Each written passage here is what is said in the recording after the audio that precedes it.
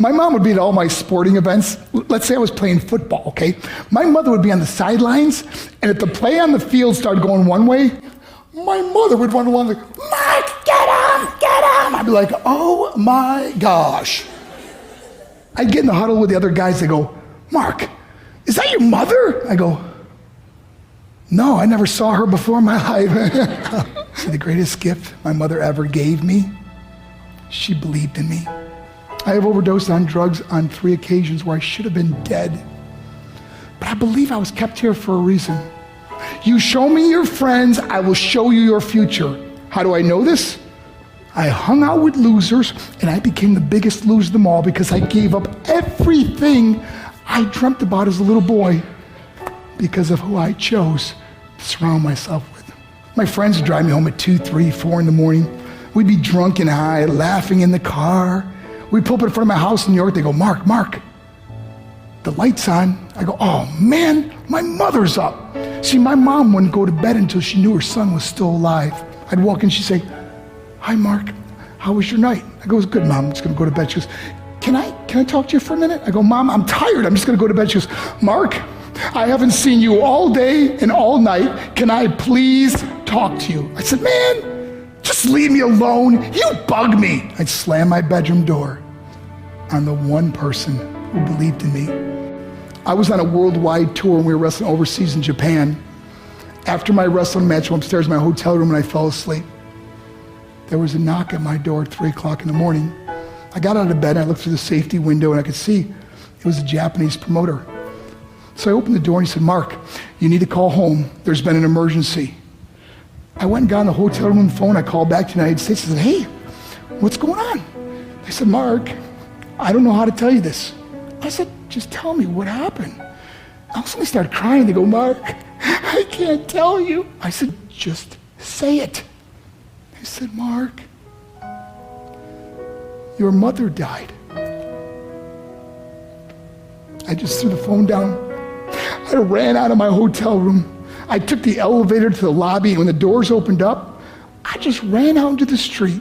I mean, there was no cars, there was no people. It was 3 o'clock in the morning. And I walked down the middle of a street in Hiroshima, Japan, and I remember looking up and just saying, Mom, I am so sorry. I flew home for her funeral, and I was so nervous to walk up to her casket, so I just stood way in the back. And I kept looking from a distance. I kept thinking to myself, Mom, please wake up. Please get up. And then I finally got the nerve to walk up to her. And as I got closer, I could see my mom for the first time. I mean, she was so beautiful. She was dressed in white. I mean, she looked like an angel. And I just stood over and I said, Mom, you are my hero.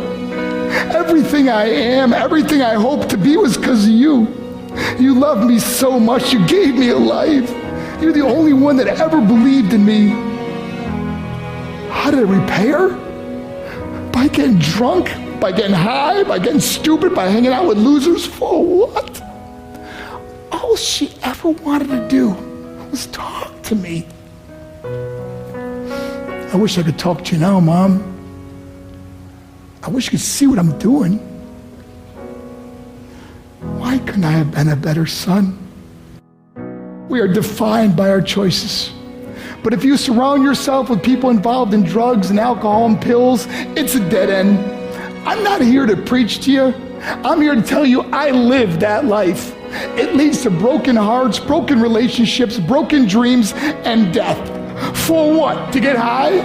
If you have a mother or a father, when you go home, tell them how much you love them. See, my whole life was about being rich and famous. I had to be a millionaire. I had to win the race.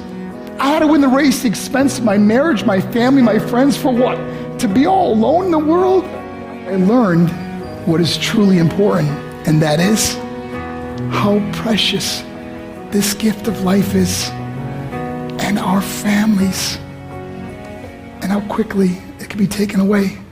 See, I no longer live in time, I live in moments. See, it's not what's in your pocket that matters. It's what's in your heart that truly matters. Love Love is just a word until somebody comes along and gives it meaning. You're the meaning.